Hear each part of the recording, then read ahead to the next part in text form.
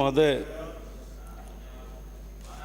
सरकार ने जो ये विधेयक प्रस्तुत किया है, इसके statement of objects and reasons में दिया है इन्होंने सेकंड पैरा में कि hundreds of lives were lost in the stampede accident during the organising of mela in Mehrangarh fort Jodhpur. Keeping in view the said stampede accident and for avoiding recurrence of such kinds of accidents in organizing the melas, the state government has felt the necessity of establishment and constitution of an effective authority and district committees. माननीय सभापति महोदय, सरकार ने अपने जन घोषणा पत्र में भी ये वायदा किया था. जन घोषणा पत्र के बिंदु संख्या 27.45 में भी मेला प्राधिकरण के नए सिरे से गठन का इन्होंने वायदा किया था. ये जब मेहरानगढ़ का हादसा हुआ माननीय सभापति महोदय 2008 में, हमारे प्रतिपक्ष के नेता उस सरकार में मंत्री होते थे.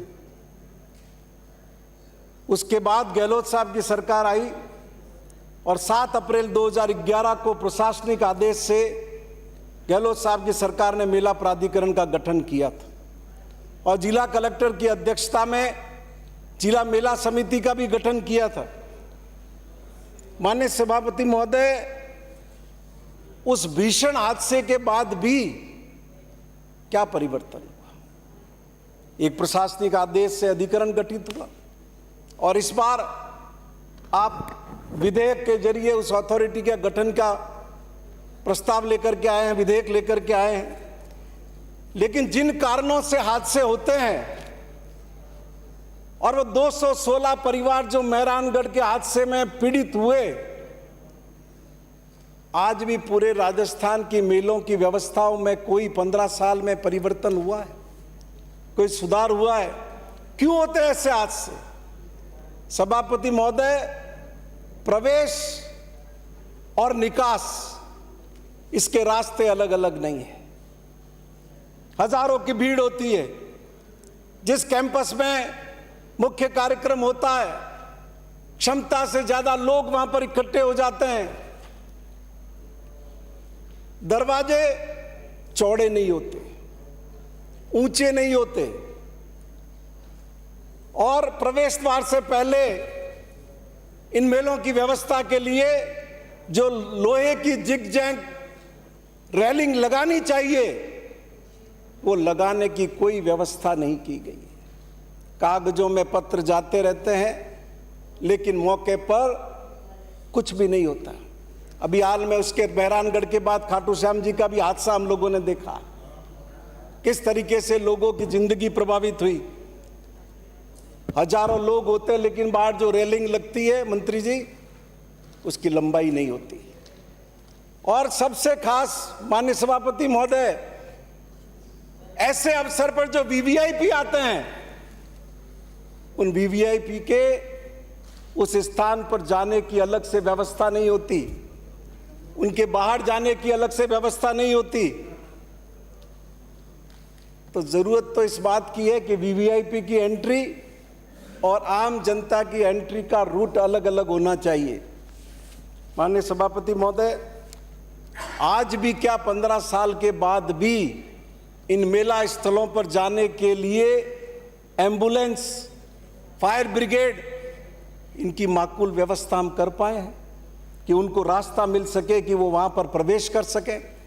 माननीय सभापति महोदय, लाइट और लाइट चली जाए तो क्या उन सभी स्थानों पर पर्याप्त जनरेटर उपलब्ध है? क्या सीसीटीवी कैमरे लगे हुए हैं उन जगह पर? क्या पर्याप्त सुरक्षाकर्मी है?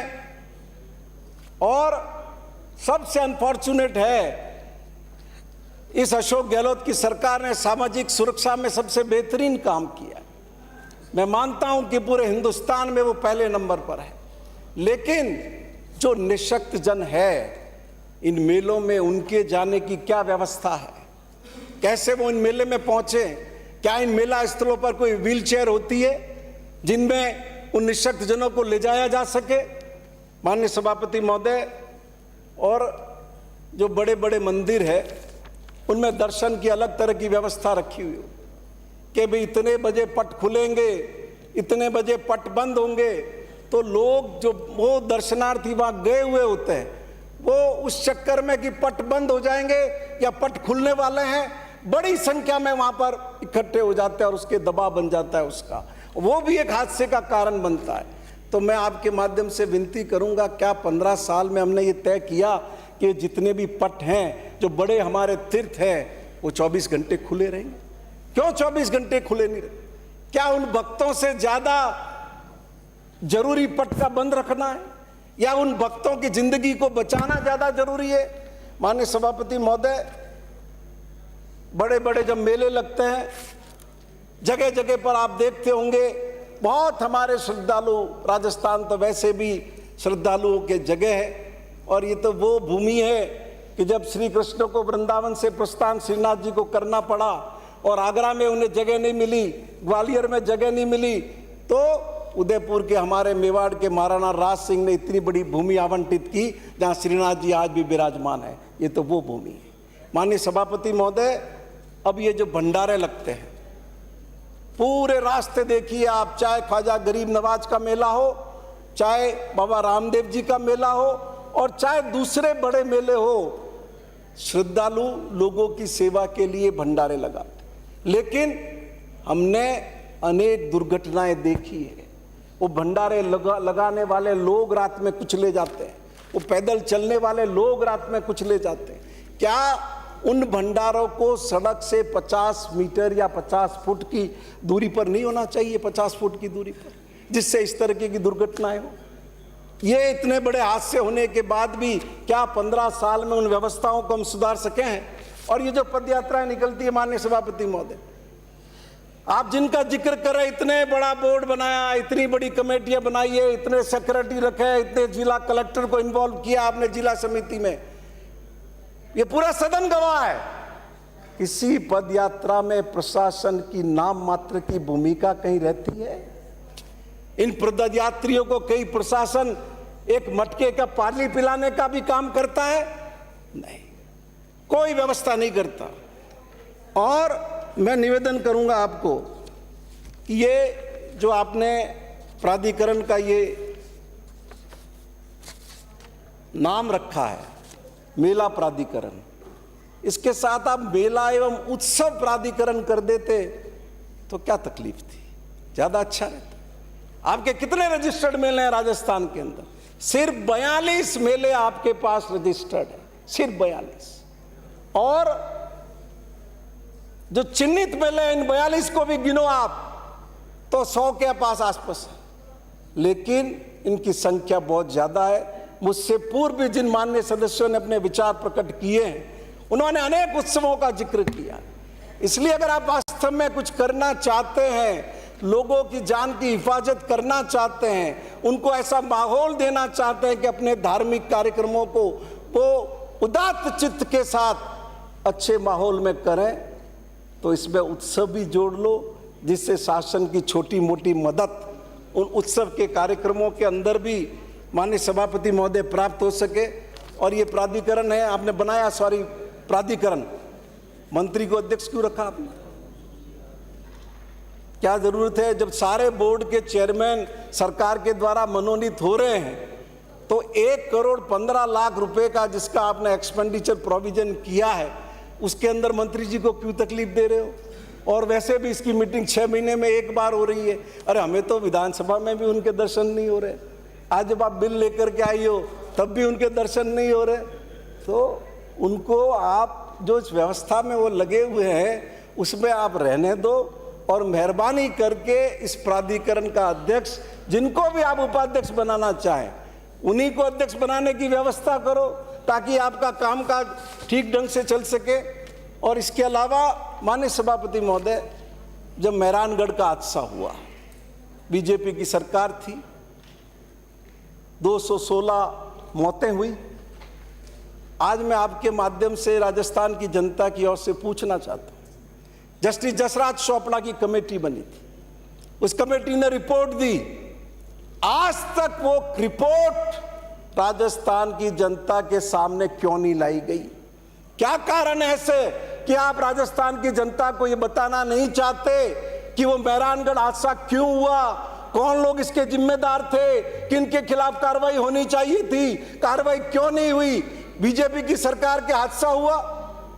आपकी पूरे 5 साल की 2008 से 13 की सरकार निकल गई, टाइम पर टाइम आप समय बढ़ाते रहे और फिर इनकी सरकार थी तब रिपोर्ट आई, ये कुंडली मार के बैठ गए। आज 5 साल हो गए और माननीय मुख्यमंत्री जी के खुद के गृह नगर, खुद के गृह क्षेत्र में हादसा हुआ है। तो क्या राजस्थान की जनता को जानने का हक नहीं है कि उसमें कौन जिम्मेदार है, किसकी जिम्मेदारी तय होनी चाहिए।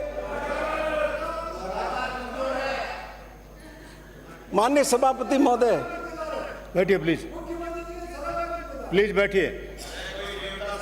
आपकी मेहरबानी है कि मेरे को इसका जिम्मेदार आप ठहरा रहे हैं, शुक्रगुजार हूं आपका।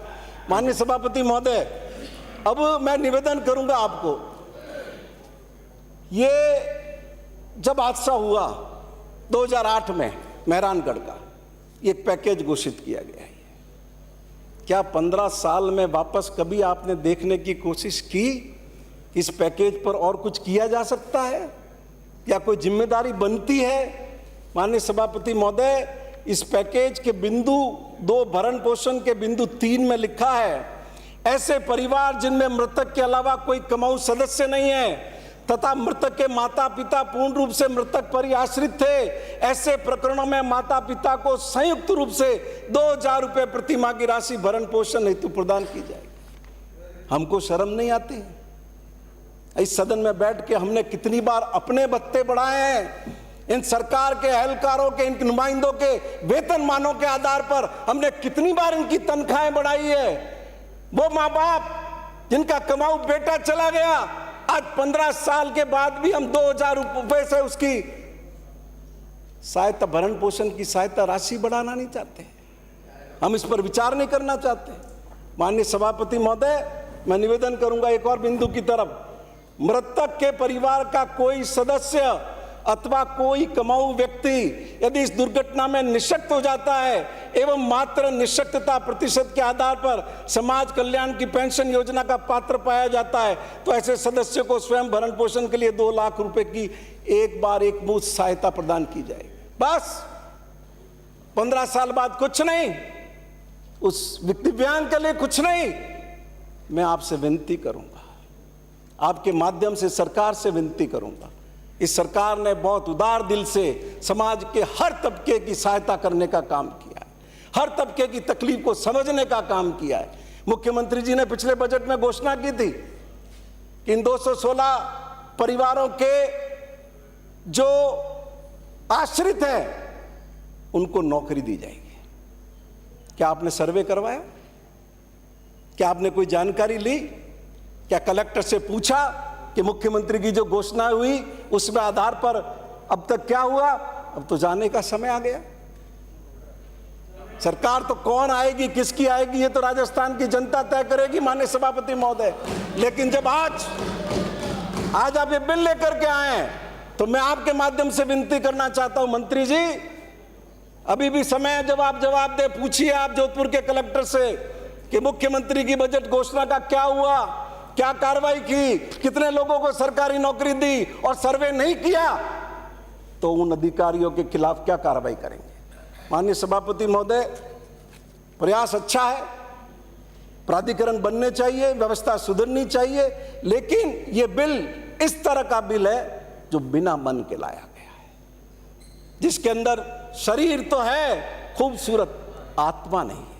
इसलिए मेहरबानी करके नए तरीके से आप इस बिल को ड्राफ्ट करो, जिससे वास्तव में हमारे उत्सव, हमारे मेले बहुत बेहतर ढंग से हो सके, हमारी कला, हमारी संस्कृति, हमारी धरोहर सबका संरक्षण हो सके।